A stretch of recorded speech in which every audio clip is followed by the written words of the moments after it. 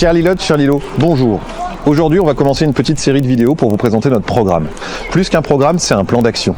On va le présenter en 3 phases. 1. La période 2026-2028, qui sera la phase de stabilisation, la phase de réorganisation. Parce que pour construire l'avenir, on a besoin d'avoir des fondations solides et d'avoir une ville qui fonctionne. Deuxième phase, 2026-2032, ce sera une phase de réflexion, une phase d'investissement. Et qui va nous permettre surtout de préparer la 3e phase parce que nous avons besoin d'un plan d'avenir pour la commune. On a besoin d'avoir une trajectoire, on doit savoir où on va et ne pas naviguer à vue. On va vouloir présenter une chose, l'île d'Abo, vision 2050. Et c'est quelque chose que l'on doit commencer à travailler maintenant. Notre ville doit rentrer dans le 21e siècle et vous verrez qu'avec ces petites vidéos qui vous réservent beaucoup de surprises, vous allez voir qu'on est en train de le faire. Alors, l'avenir, c'est maintenant et il commence avec vous.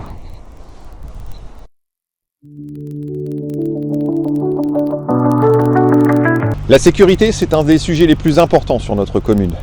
Nous allons mettre en place plusieurs choses. Premièrement, recentrer nos équipes sur la commune, devant nos écoles, pour des interventions beaucoup plus rapides si besoin.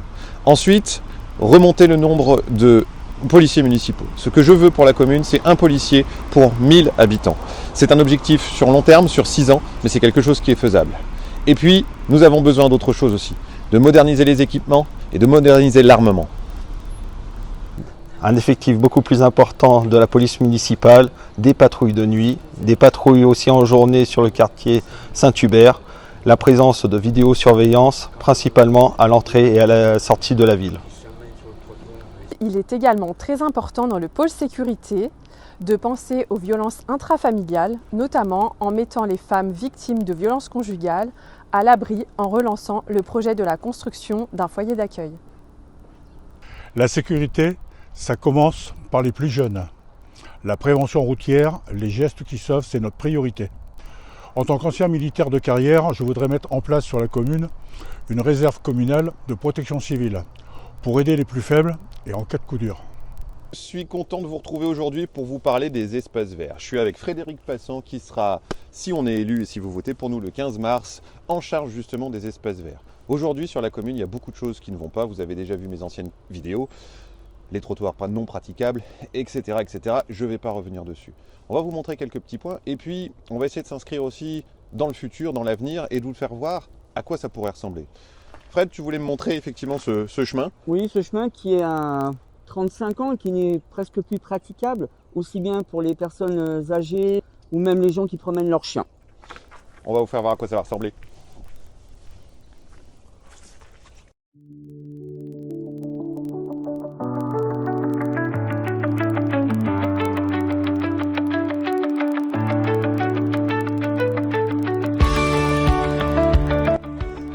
On va regarder aussi d'autres petits points. Suivez-nous. L'un de nos objectifs aujourd'hui, c'est de pouvoir faire un audit complet de nos services. Pas pour faire une chasse aux sorcières, mais pour pouvoir travailler avec les agents qui sont au quotidien sur le terrain à l'amélioration du service public. Faciliter leurs activités au quotidien, moderniser leur équipement et puis mettre fin aussi parfois à des conflits de propriété. Par exemple, Fred, tu voulais me montrer cette haie. La preuve, cette haie, là, ça fait 2 ans qu'avec l'autorisation du propriétaire, n'a pas été taillée.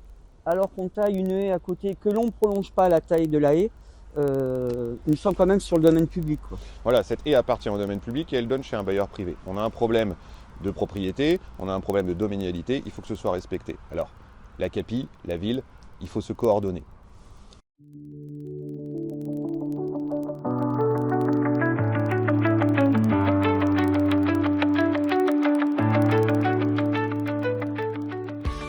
Puis il y a cette allée que tu voulais me montrer aussi. Oui, cette allée de l'entretien, ça fait bien une 30aine d'années qu'elle n'a pas été entretenue. Donc les jeunes parents avec leurs poussettes, les personnes âgées, les gens qui se promènent, il y aurait besoin d'une bonne réflexion, quoi. On va faire voir à quoi ça pourrait ressembler.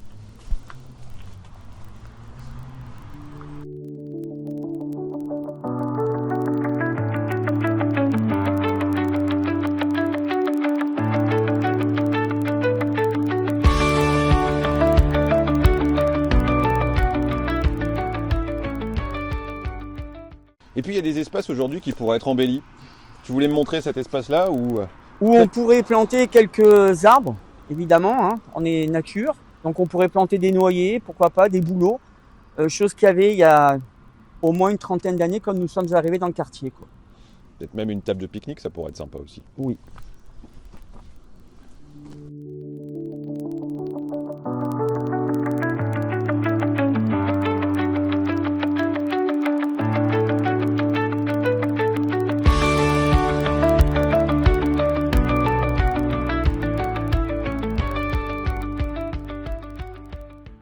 Et un point essentiel avec la gestion des espaces verts. On parlait des trottoirs non praticables.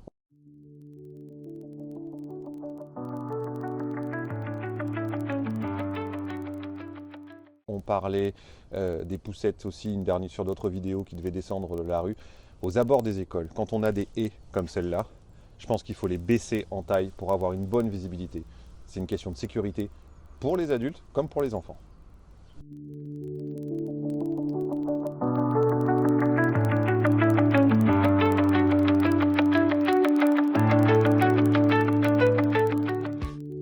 Pendant 4 ans, j'ai été en charge de la politique de la ville et du logement. Je me suis occupé de ce quartier pour le rénover, pour travailler avec vous, avec les associations telles que le Conseil citoyen qui nous a apporté énormément d'informations, principalement pour pouvoir avoir une accessibilité sur le quartier. Aujourd'hui, si vous votez pour nous le 15 mars prochain, la personne que je vois pour reprendre ma succession sur le secteur, c'est Sandra. Merci Marek. Maintenant que les travaux sont terminés, il est temps de faire vivre ce quartier, cette commune. Et c'est le moment de remettre en avant l'animation et la sécurité de la ville.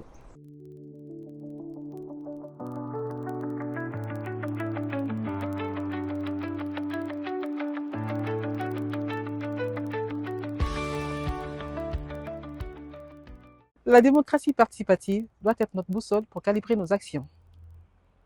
On se retrouve ici, place des droits de l'homme. C'est une place qui a une grosse signification pour moi. Déjà par son nom, et puis par le travail qui a été accompli sur cette place lors des travaux de rénovation. C'est vous, les habitants, qui avez choisi l'aménagement. C'est vous qui avez choisi le mobilier urbain. Et, à mon sens, c'est ce lien avec la population qui est extrêmement important. Si, le 15 mars prochain, vous m'élisez maire de l'île d'Abo, l'une des premières mesures que je ferai, c'est de créer des commissions paritaires mixtes sur l'ensemble des délégations, ouvertes aux habitants, aux élus d'opposition et aux agents. Premièrement, pour garder le contact avec la population. Deuxièmement, pour suivre les nouveaux projets qui pourraient être proposés.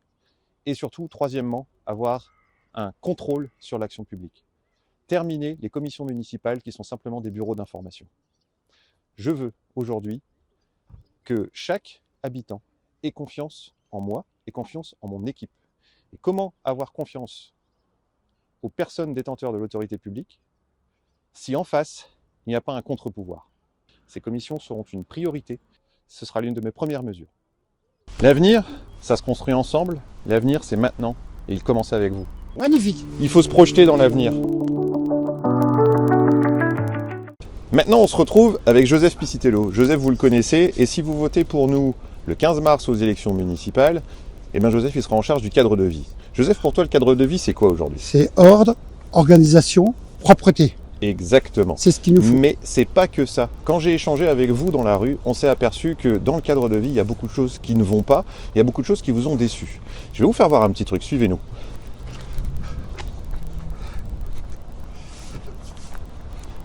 Quand j'ai échangé avec vous, beaucoup m'ont parlé des fêtes de Noël. Les gens étaient un peu déçus de l'organisation, de l'éclairage, de ce qui manquait. Alors il y a eu une belle fête, ça il faut le reconnaître, sur une journée, mais au niveau de la déco, au niveau de la durée sur les fêtes, c'était un peu dommage. Alors avec Joseph, on a pensé à quelque chose. On s'est dit, et si on rentrait un peu dans l'avenir et qu'on essayait de vous montrer à quoi ça pourrait ressembler? Qu'est-ce que t'en penses? Je serais tout à fait d'accord avec toi. Alors moi je vais vous faire voir un petit truc. Suivez-nous.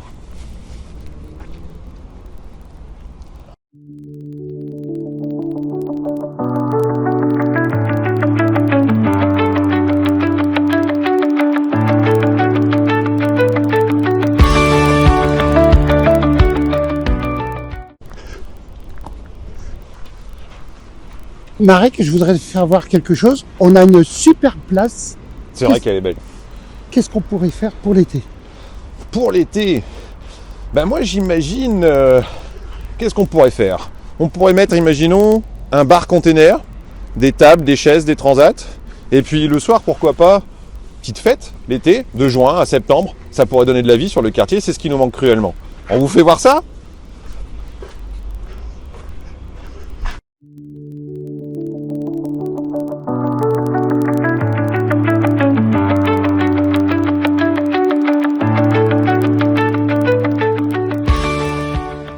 Qu'est-ce que t'en penses de cette place? Ce serait pas mal, hein? Très très bien. C'est ce que les habitants veulent aujourd'hui, c'est de pouvoir s'amuser avec nous tous, quoi. On n'a besoin pas d'une ville dortoir, mais d'une ville vivante. Maintenant, je vais vous faire voir quelque chose. C'est un projet un peu plus long terme. Il faut savoir une chose, derrière nous, on a la gendarmerie. La gendarmerie, eh bien, ça appartient à la mairie. Là, il y a quelques années de cela maintenant, la gendarmerie nous a fait part du fait qu'elle voulait déménager. Et effectivement, il y a un nouveau projet qui va sortir du côté de Fontbonnière. Ce qui veut dire que la mairie va se retrouver avec ce bâtiment un peu sur les bras, sachant que si les gendarmes déménagent, c'est parce que la gendarmerie est en mauvais état, clairement. Et puis dans le quartier, elle est peut-être plus dimensionnée par rapport aux besoins. Moi j'ai une idée. On a besoin de récupérer les budgets, on a besoin de construire des salles, on a besoin de plein de choses. Eh bien, il faut savoir qu'aujourd'hui, Joseph, sur cette gendarmerie, le maire actuellement a une offre sur la table pour pouvoir la vendre. D'accord. Qu'est-ce qu'on pourrait faire avec ça? On a besoin de redynamiser le quartier. On pourrait mettre quelque chose d'innovant, quelque chose qui ne se fait pas ailleurs et qu'on n'a pas. Imagine un petit peu, on aurait des magasins en rez-de-chaussée, un immeuble peut-être un peu plus haut, avec un rooftop, un restaurant sur le toit et une vue panoramique sur le Mont Blanc. T'imagines ce que ça donnerait? Magnifique. En plus, l'offre, c'est pas n'importe quoi. C'est-à-dire que quand la nouvelle gendarmerie est construite, à moins qu'il y ait un problème, c'est quelque chose qu'on pourrait faire. C'est un projet à long terme, certes, mais regardez à quoi ça pourrait ressembler.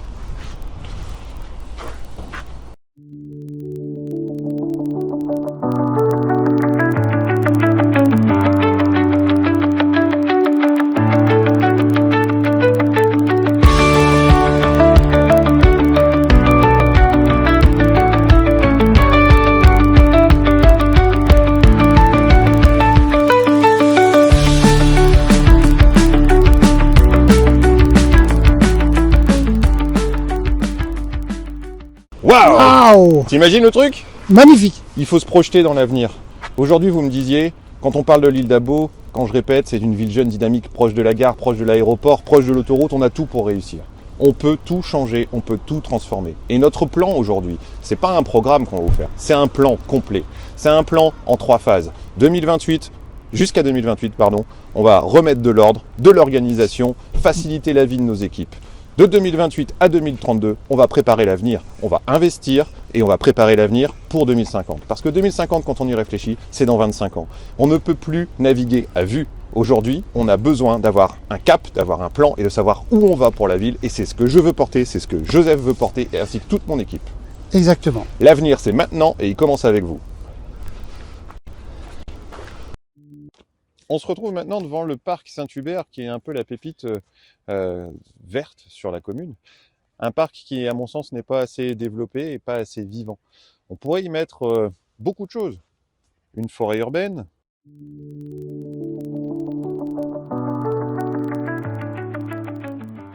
Une aire de jeu pour les enfants, supplémentaire.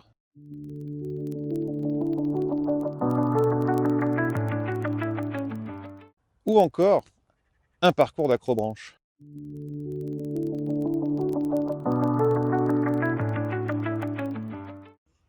Vous voyez, plein de choses sont possibles sur ce parc. C'est à vous de choisir.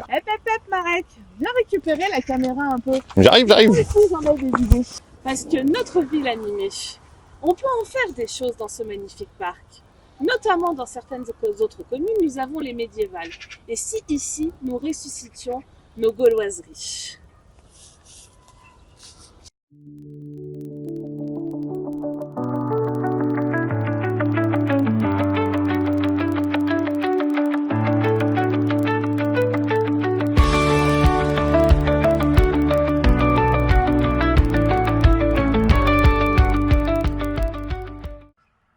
La ville animée, ça peut être aussi des choses très simples. Un pique-nique entre amis, en famille ou même une nuit étoilée.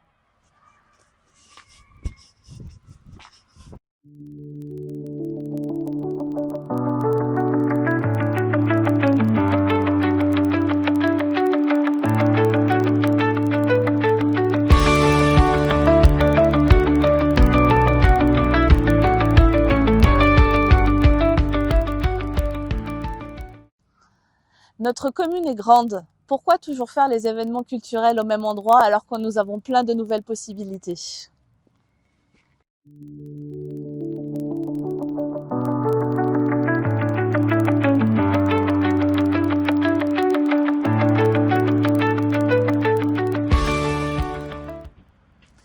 L'île d'Abo est l'une des communes les plus jeunes de France et pourtant, nous n'avons pas d'animation. Nous, ce que nous voyons ici pour résoudre ce souci, c'est ça.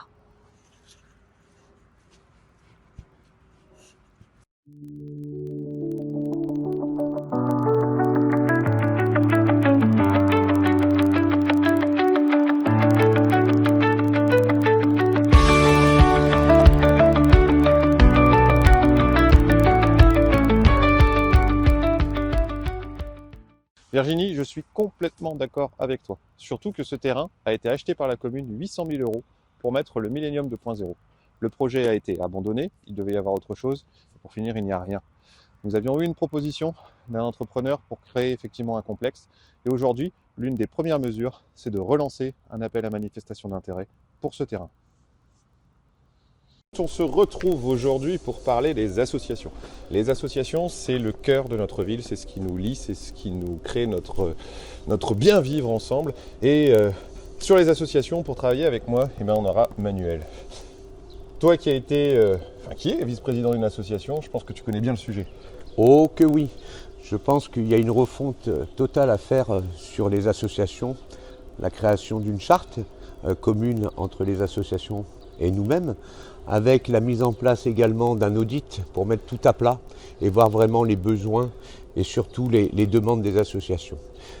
Il est également, je pense, une priorité, c'est de faire des réunions un peu plus souvent afin d'échanger sur les choses mises en place, leur avancement et surtout ce qu'il faut revoir. On a besoin de traitement équitable aussi entre les associations. On sait que parfois c'est compliqué. On manque de salles, c'est un sujet, on le verra juste après dans la vidéo, sur lequel on travaille également aujourd'hui. Un OMS, pourquoi pas également, pour travailler ensemble au quotidien et améliorer nos relations.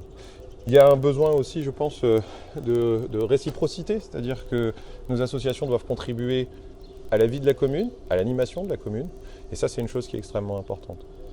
Il faut remettre, oui, dans nos priorités, les aides et les subventions qui peuvent être allouées aux associations de la commune, avec, je pense, une règle pour tous et toutes, selon des critères qu'on pourrait définir ensemble. On a des sportifs de haut niveau sur la commune. Il faut que ces sportifs puissent s'entraîner, même pendant les périodes scolaires, en autonomie, parce que c'est un entraînement au quotidien qu'ils ont besoin, et ça c'est des choses qu'il faut qu'on travaille également.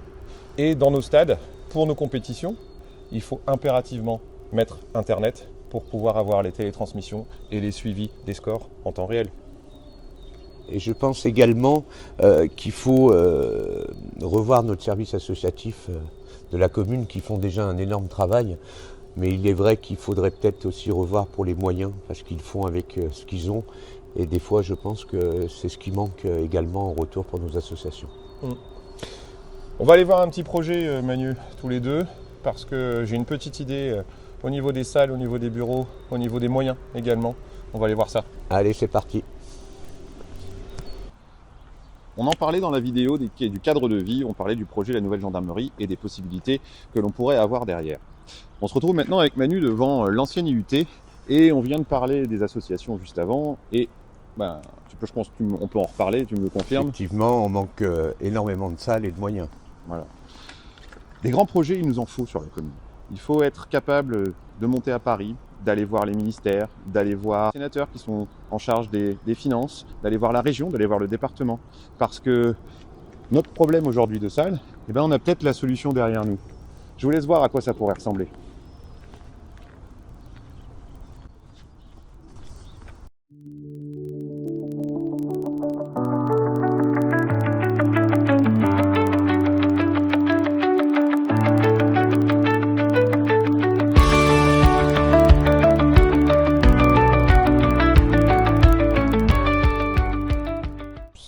On se retrouve aujourd'hui pour parler urbanisme et logement. Comme vous le savez, sur le précédent mandat, j'ai été adjoint au logement et c'est un sujet qui est extrêmement important. Aujourd'hui, nous devons préparer l'avenir, et l'avenir pour la commune, c'est le passage aux 20 000 habitants.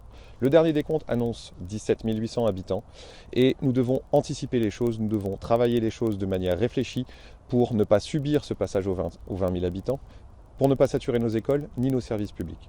Certains sont pour, certains sont contre, mais c'est un fait, c'est comme ça, la ville grandit et nous devons nous adapter. Ce passage aux 20 000 habitants est une bonne chose, elle nous permettra d'avoir plus de moyens, plus de dotations, et d'avoir de meilleurs services pour notre commune.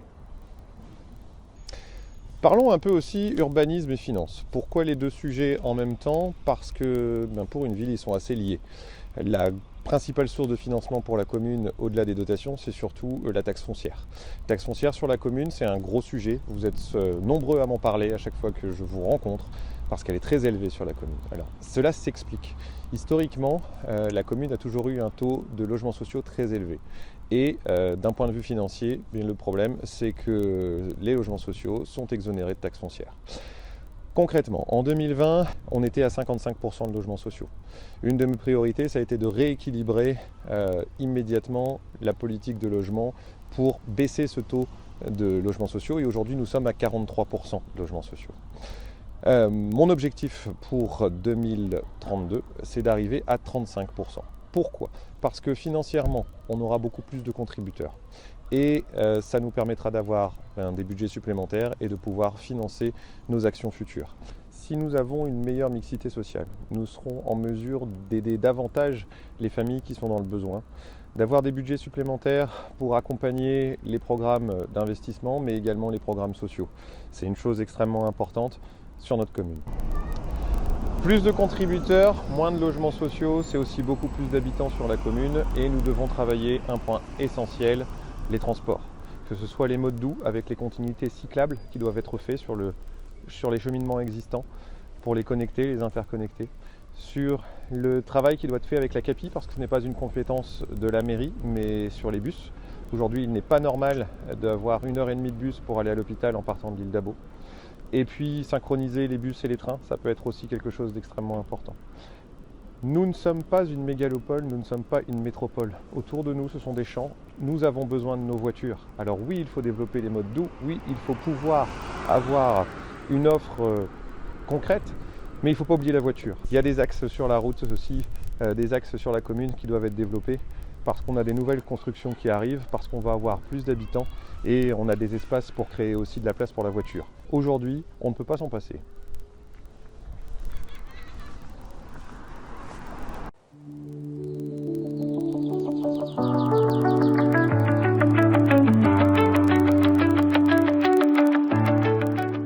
Alors, ça pourrait ressembler à quelque chose de mieux quand même.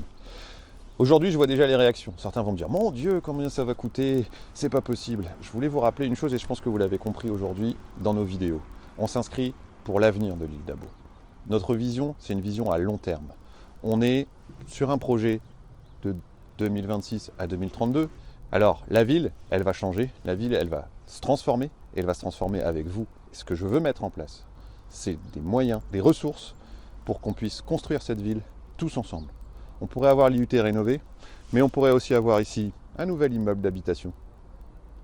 Dans l'avenir, si on ramène nos associations, si on a une nouvelle galerie commerciale avec des habitations et un super bar-restaurant à l'étage, c'est possible, il nous faudra des parkings. Et ces parkings, on pourrait très bien le mettre ici.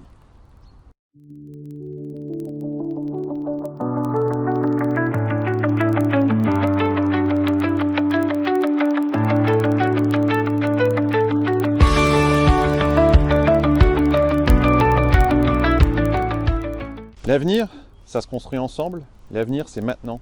Et il commence avec vous. Alors quand certains veulent mettre 4 millions d'euros pour des carottes, je pense qu'on peut faire autre chose avec cet argent.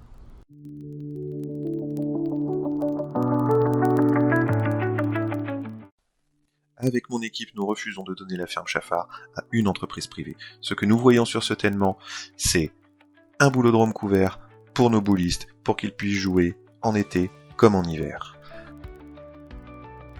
Pour nos danseurs qui manquent de place sur la commune et nos autres associations, on peut faire une salle de danse à l'étage de ce bâtiment sans aucun problème. Une ferme pédagogique, ça a été demandé par les habitants.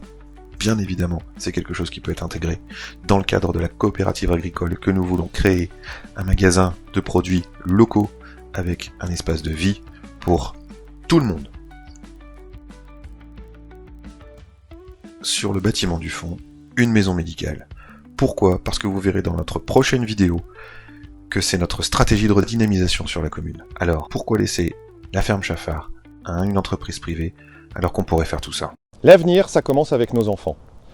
Dans mes rencontres, dans mes échanges avec vous, les sujets qui reviennent le plus souvent, c'est le périscolaire et les affaires scolaires. Depuis 2025, depuis janvier 2025, nous travaillons avec notre équipe à l'amélioration du service public. Des solutions concrètes, réfléchies et pensées pour améliorer la qualité de vie de nos familles et de nos enfants. Dans cette petite vidéo, vous allez rencontrer 3 élus. Pourquoi 3 élus ? Parce que c'est le choix que j'ai fait pour gérer les affaires scolaires sur la commune. Des élus engagés, des élus investis, qui connaissent au quotidien ce sujet. Nous ne sommes pas une liste qui a été créée hier. Ça fait plus d'1 an maintenant qu'on travaille sur le sujet et je vous invite à découvrir nos propositions pour le scolaire et le périscolaire. Construire une école bienveillante, exigeante et tournée vers l'avenir commence par la rénovation progressive des bâtiments, des classes mieux équipées, l'apprentissage et la maîtrise des écrans, la végétalisation des cours d'école, plus d'inclusivité, réduction des inégalités aux accès numériques, donner la même chance à tous en soutenant les familles dans leur quotidien. L'imprévu existe. Chaque parent doit avoir une solution de repli en cas de reprise du travail. C'est pourquoi nous voulons créer plus de places d'urgence pique-nique encadrées à la cantine. Cette procédure doit être activable le jour même. Nous visons une solution humaine et responsable face aux imprévus. Chez nous, l'école ne se limite pas à apprendre à lire et à compter. Elle doit être un lieu où chaque enfant est respecté, écouté et formé à devenir un citoyen responsable. C'est pourquoi nous voulons labelliser nos écoles Ville Amie des enfants avec UNICEF. Concrètement, ça veut dire des ateliers pédagogiques adaptés à chaque âge, des temps forts autour de la Journée internationale des droits de l'enfant et de la formation des équipes éducatives et périscolaires pour mieux accompagner nos enfants. Nous allons renforcer le conseil des jeunes citoyens pour que les jeunes puissent encore mieux participer aux décisions qui les concernent. Et nous intégrerons ces actions dans le PEDT qui coordonne toutes les activités scolaires et périscolaires de la ville pour une continuité pédagogique sur la journée. Notre objectif est clair, des écoles où chaque enfant est respecté, écouté et acteur de son avenir, et où l'égalité et la citoyenneté deviennent des réalités concrètes au quotidien. Nos enfants sont l'avenir de la commune. Nous nous devons de les protéger. Pour ce faire, nous voulons améliorer la sécurisation des traversées piétonnes aux abords des écoles en période scolaire. Nous prévoyons une sécurisation des abords des écoles, un entretien régulier des haies et de la végétation pour améliorer la visibilité. Ce travail, coordonné avec les services techniques et la police municipale, est nécessaire. Pour nous, c'est la sécurité des enfants avant tout.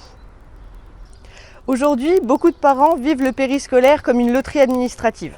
Trop de délais, trop d'incertitudes, trop de stress, surtout quand on a plusieurs enfants. Ça doit changer.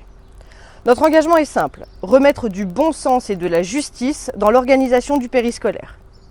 D'abord, la priorité systématique aux fratries. Quand une famille a déjà un enfant accueilli, on ne peut pas laisser le second sur le côté. C'est une règle de cohérence et d'équité. Ensuite, pour une procédure de validation rapide pour les situations urgentes. Reprise d'emploi, séparation, problème de garde. On ne laisse pas les parents dans l'incertitude pendant plusieurs jours. Chaque famille aura aussi un référent périscolaire identifié, avec un interlocuteur clair, joignable et responsable. Enfin, des règles simples, lisibles et transparentes. Moins de paperasse, plus d'efficacité. Notre objectif est net. Moins de stress pour les parents, plus de fiabilité dans le service, c'est concret et c'est faisable. Bonjour, les commerçants et les entreprises font vivre notre belle ville de l'île d'Abo. La mairie doit donc les soutenir et leur donner plus de liberté d'initiative. Aujourd'hui, on se retrouve pour parler économie et commerce, un sujet extrêmement important sur notre commune. Je suis avec Linda et nous avons travaillé donc sur un programme. On va vous exposer quelques petits points dans cette vidéo. Effectivement, Marek, les commerces de notre commune sont une priorité et nous devons les redynamiser.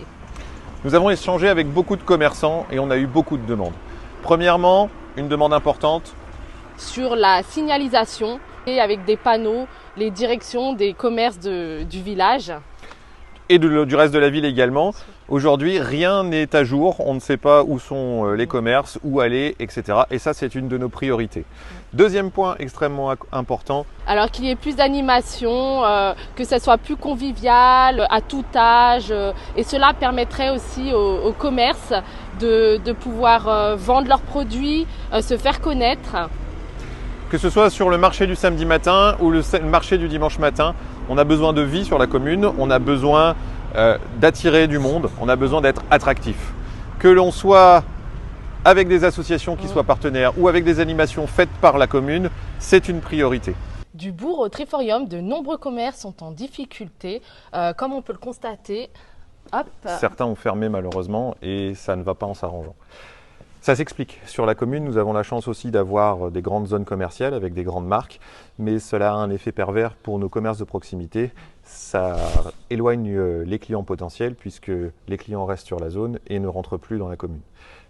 Notre programme a été conçu en réfléchissant à cela pour trouver une locomotive pour redynamiser l'ensemble des quartiers de notre commune. Aujourd'hui, dans notre stratégie de redynamisation de la ville, nous voulons faire de l'île d'Abo un pôle de santé. Un pôle de santé pluridisciplinaire, redynamiser les cabinets qui sont aujourd'hui en déshérence, créer des nouveaux sites, maisons médicales, maisons de santé, c'est un bon début. Si nous ne créons qu'une seule structure, avec la pénurie de médecins que nous avons sur les communes aux alentours, on va se retrouver dans une situation où beaucoup d'habitants viendront sur la commune et nous n'aurons pas une offre de santé suffisante pour les Lillots. Notre réflexion s'est portée là-dessus. L'idée est très simple, c'est-à-dire quitte à avoir des médecins, autant avoir beaucoup de médecins, avoir des professionnels, des ostéopathes, des kinés, une gamme complète. C'est un plan ambitieux sur lequel nous partons. Vous découvrirez cela dans la prochaine vidéo. On se retrouve aujourd'hui pour notre dernière vidéo. J'espère que tous ces petits films vous ont plu. Vous avez été environ 15 000 chaque mois à les regarder. Je vous en remercie, on a regardé les statistiques et rien que pour ça, effectivement, on est content de vous les avoir fait partager. Ça a été une volonté de vous faire découvrir une partie de notre programme. Vous aurez prochainement le programme papier dans vos boîtes aux lettres d'ici quelques jours. Vous avez été nombreux à échanger, vous avez été nombreux à discuter, parfois avec des personnes d'autres listes concurrentes, mais ça c'est le jeu de la politique et ce n'était pas un souci. Voilà, ce que je voulais vous dire, c'était répondre à quelques questions que vous nous avez posées, soit par écrit, soit en me croisant dans les commerces ou dans la ville. Le 15 et 22 mars prochain, vous allez être amenés à choisir votre nouvelle équipe municipale, à élire un nouveau maire. Vous allez avoir le choix entre un assemblage du passé, l'immobilisme actuel ou l'avenir. Avec mon équipe, nous avons choisi l'avenir, comme vous l'avez vu sur ces vidéos. Un avenir construit, un avenir posé, un avenir avec un cap à court, moyen et long terme. Pourquoi? Parce que si nous voulons devenir attractifs, si nous voulons amener à nous des entrepreneurs, des investisseurs, nous avons besoin de remettre de la confiance à long terme, de la confiance pour développer notre ville et pour aller de l'avant. Sans cette confiance, on ne peut pas envisager de construire quelque chose de serein. Pour cela, nous avons besoin d'être attractifs, donc dans un premier temps, remettre de l'ordre, de la propreté, des espaces verts entretenus, et ensuite de travailler sur des projets d'investissement à moyen et à long terme. Projets qui vont être portés par du privé, par du public, par des subventions, par une meilleure mixité au niveau de la commune, plus de contributeurs au niveau de la taxe foncière, par la mise aux normes de la commune. Je pense à l'ancien centre de technique municipale qui a été transformé sur ce mandat en déchetterie à l'usage de la ville. Je ne reviendrai pas sur la partie réglementaire de ce dossier qui est problématique, mais nous nous engageons à remettre de l'ordre aussi sur ce dossier et à vendre ce tènement. Nous avions eu une proposition pour 1 200 000 € il y a quelque temps sur ce tènement. C'est une rentrée d'argent essentielle. Nous avons aussi des perspectives de vente. Nous avons beaucoup discuté sur le sujet de la gendarmerie. J'ai vu que cette vidéo vous a bien plu et clairement, si les travaux de la nouvelle gendarmerie démarrent et que nous avons ce bâtiment qui nous reste sur les bras, eh bien, nous pouvons la vendre pour plusieurs millions d'euros et ça nous rentrera également de l'investissement. Aujourd'hui, avec plus de taxes foncières, sans l'augmenter mais avec plus de contributeurs, avec des rentrées sur une partie du patrimoine qu'il faut rééquilibrer, eh bien, nous pouvons réaliser l'ensemble des projets que nous avons montrés, que nous avons portés. Certains seront portés par des privés et des entreprises. C'est à la commune d'être moteur pour pouvoir arriver à faire cela. Et puis, j'en parlais avec Linda la dernière fois, pour redynamiser notre ville, redynamiser nos quartiers, nous avons besoin d'une locomotive. Cette locomotive, aujourd'hui, à notre sens, avec toute notre équipe, ce sont les professionnels de santé. Nous avons besoin de redynamiser notre ville avec des professionnels de santé. Faire une maison médicale, ce serait déjà bien, mais on sait qu'avec la pénurie de médecins que nous avons aux alentours, elle sera vite débordée. Je veux construire un Lille Dabo de la santé qui puisse être redynamisé complètement par ce biais. Remettre des médecins dans les cabinets vides, créer une maison médicale pluridisciplinaire, créer avec les partenaires de santé une maison de santé et également avec l'ARS pour avoir une offre globale, médecins, kinés, ostéopathes, j'en passe, orthophonistes sur toute la commune, dans tous les quartiers. C'est une stratégie ambitieuse, mais c'est quelque chose que nous voulons porter. Et si nous voulons aujourd'hui attirer ces médecins, nous avons besoin d'être attractifs avec une ville, je le disais la dernière fois, propre, bien entretenue et surtout en sécurité. C'est notre projet. Alors le 15 mars et le 22 mars prochain, je vous invite à voter pour Avenir pour Lille Dabo.